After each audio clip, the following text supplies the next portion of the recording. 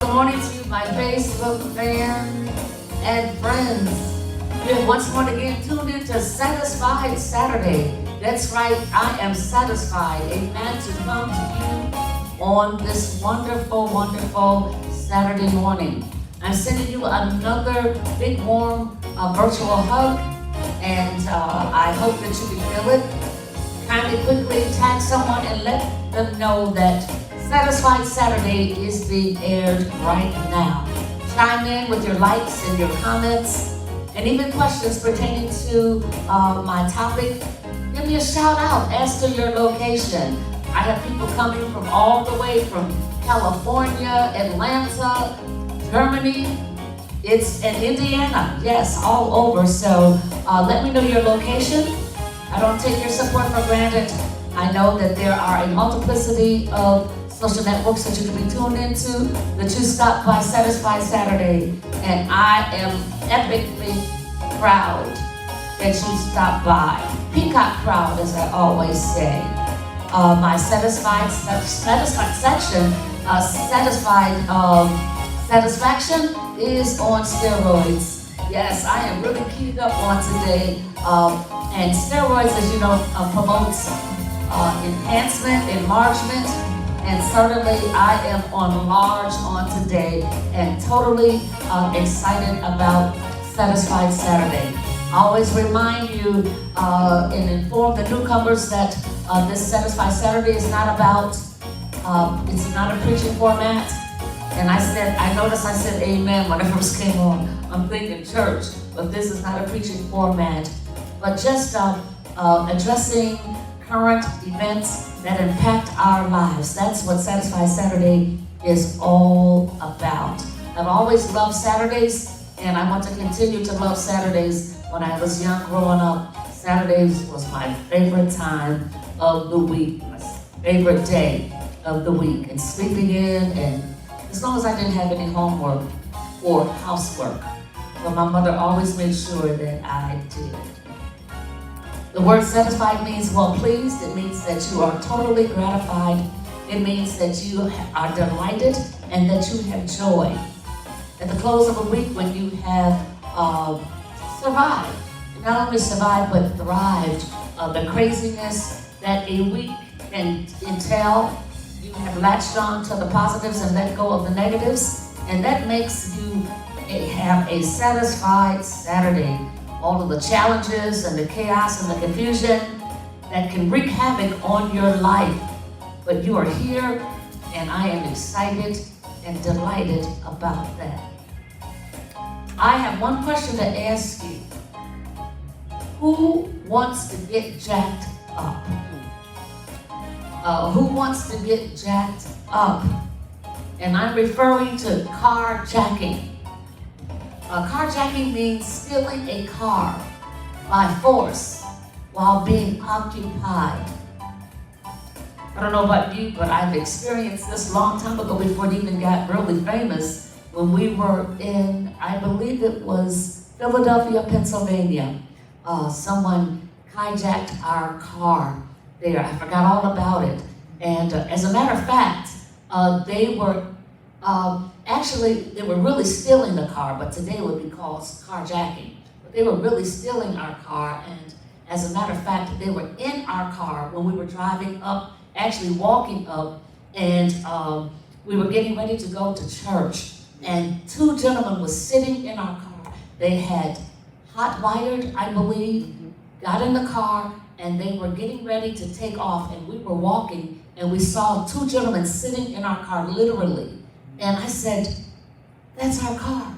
And so they looked at us eye to eye, and then they jumped out of the car. But I want to talk about carjacking. Another one of our friends was almost carjacked maybe a couple weeks ago, and that made me, it was close to home, so that made me really talk about carjacking. This is a crime, and it has captured headlines across the country. No one knows exactly why this crazy phase is becoming almost an epidemic. Yeah. I mean, throughout the city, throughout our cities in America. Yeah. Not just in the hood. Amen. But even in the suburbs, another epidemic, like we need another epidemic, right? We already have the coronavirus that we're dealing with, and then there's another one that's coming out. I don't even want to name it, but it's called monkeypox. So we don't even want to even talk about another pandemic, but we do have another one. Inflation, we have racism, we have undisciplined gun owners, etc. And then we have to deal with carjacking. Why is carjacking pervasive or permeating throughout our country? Inquiring minds want to know. Yes. Polls or surveys have been taken, and the consensus is, number one, it's a crime of opportunity. That means it's the first stop to another crime. Usually when they carjack your car, they are headed for another crime and they need the transportation. It's transportation, as I said, to get to where they want to go, to commit another crime. Number two, cars, especially luxury ones, drug users can take that car, they take the hubcaps off, they take the rims off, hubcaps, and other parts of the car to get quick cash to buy drugs. Number three, for some people, young people particularly, and incidentally more teens are carjacking just for the thrill of it. Just to say, I was able to successfully carjack someone. Carjacking can occur anytime it appears that they take place during the late night hours, but it can be anytime, but especially the late hours. Carjackers don't choose victims by sex, race, or age. They just look for an opportunity.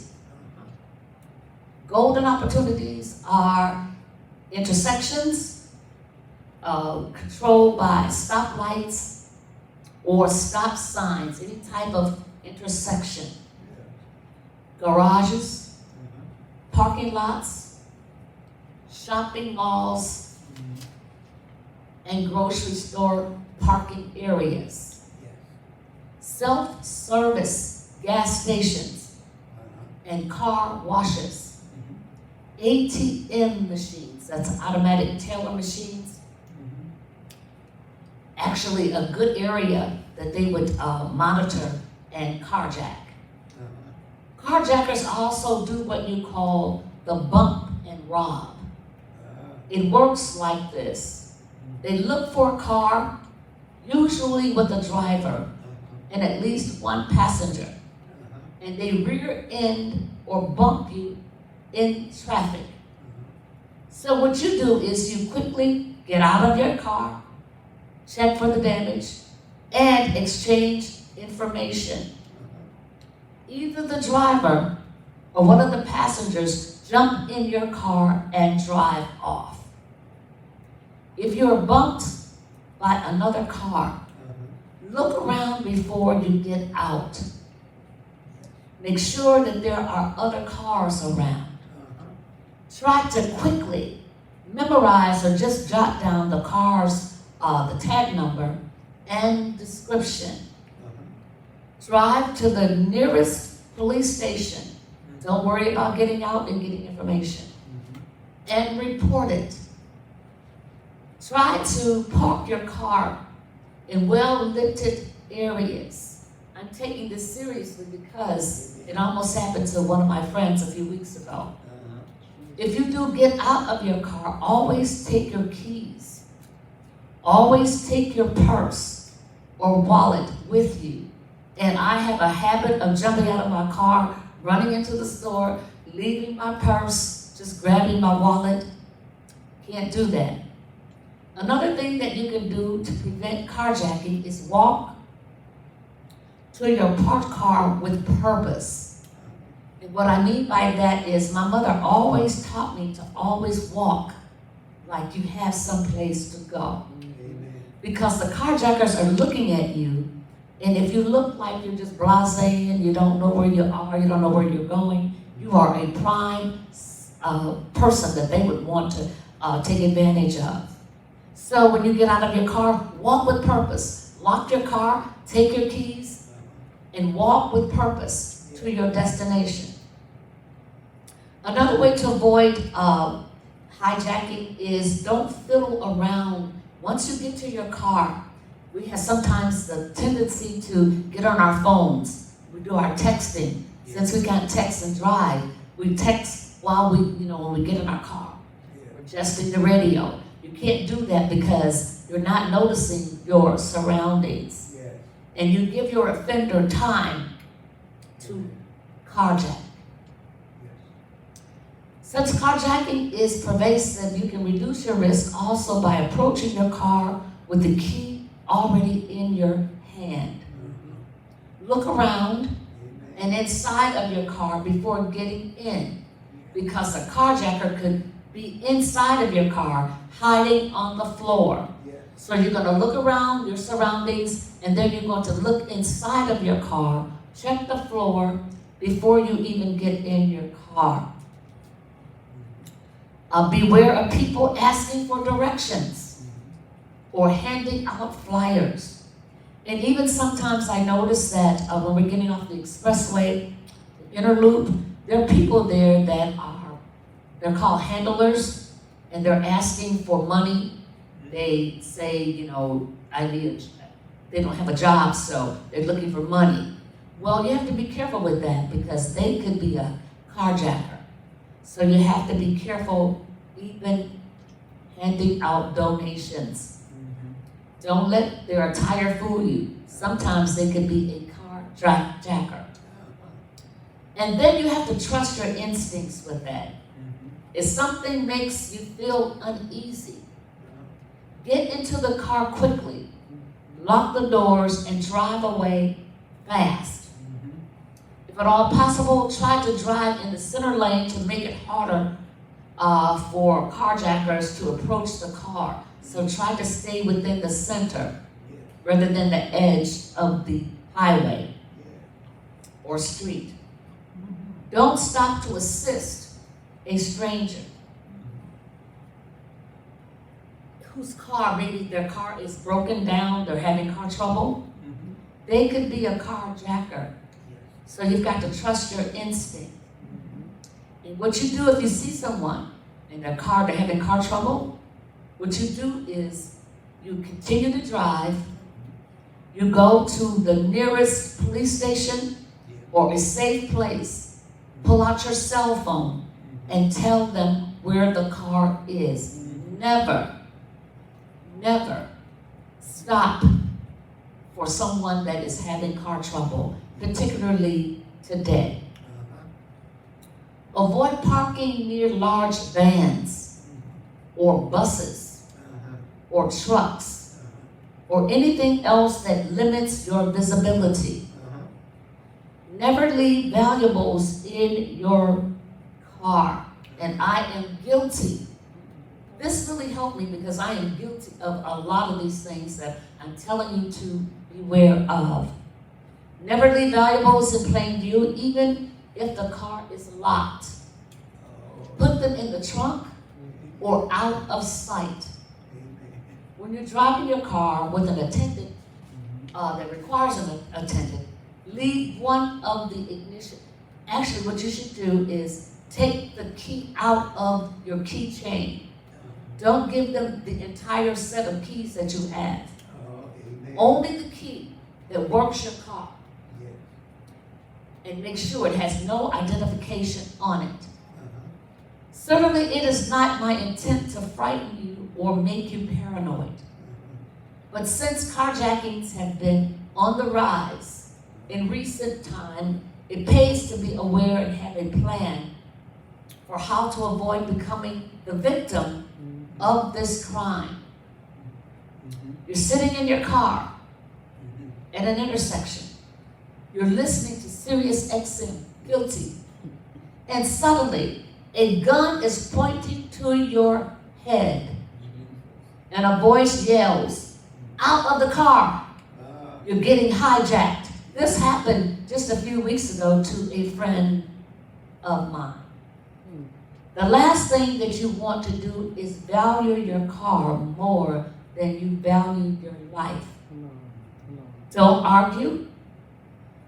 Don't be confrontational with the carjacker. By all means, give up the car.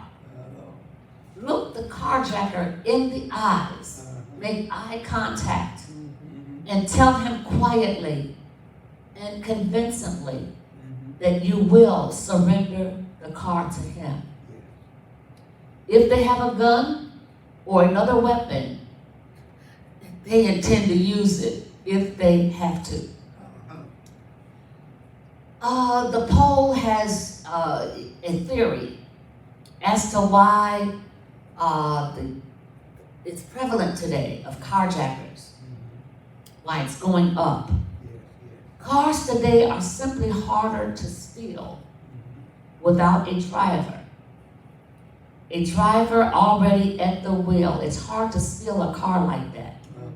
The fact that modern cars come equipped with anti-theft technology.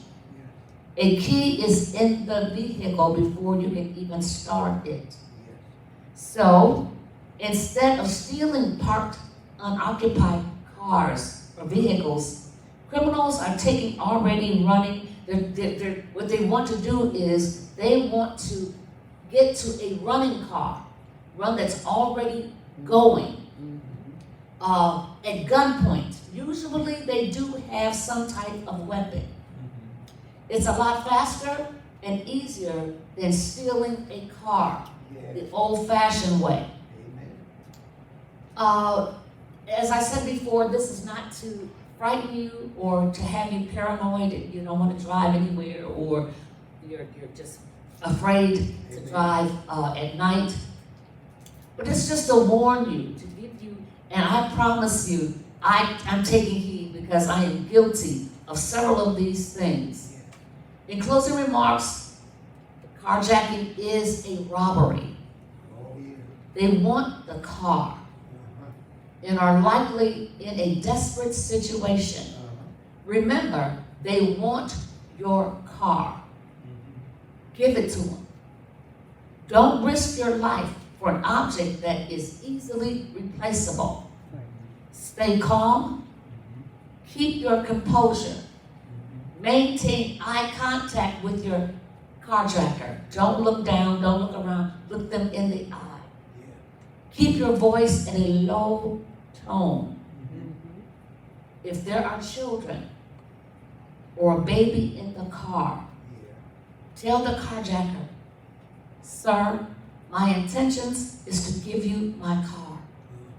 And what I'd like to do is get my baby out or my children, and you can have the car."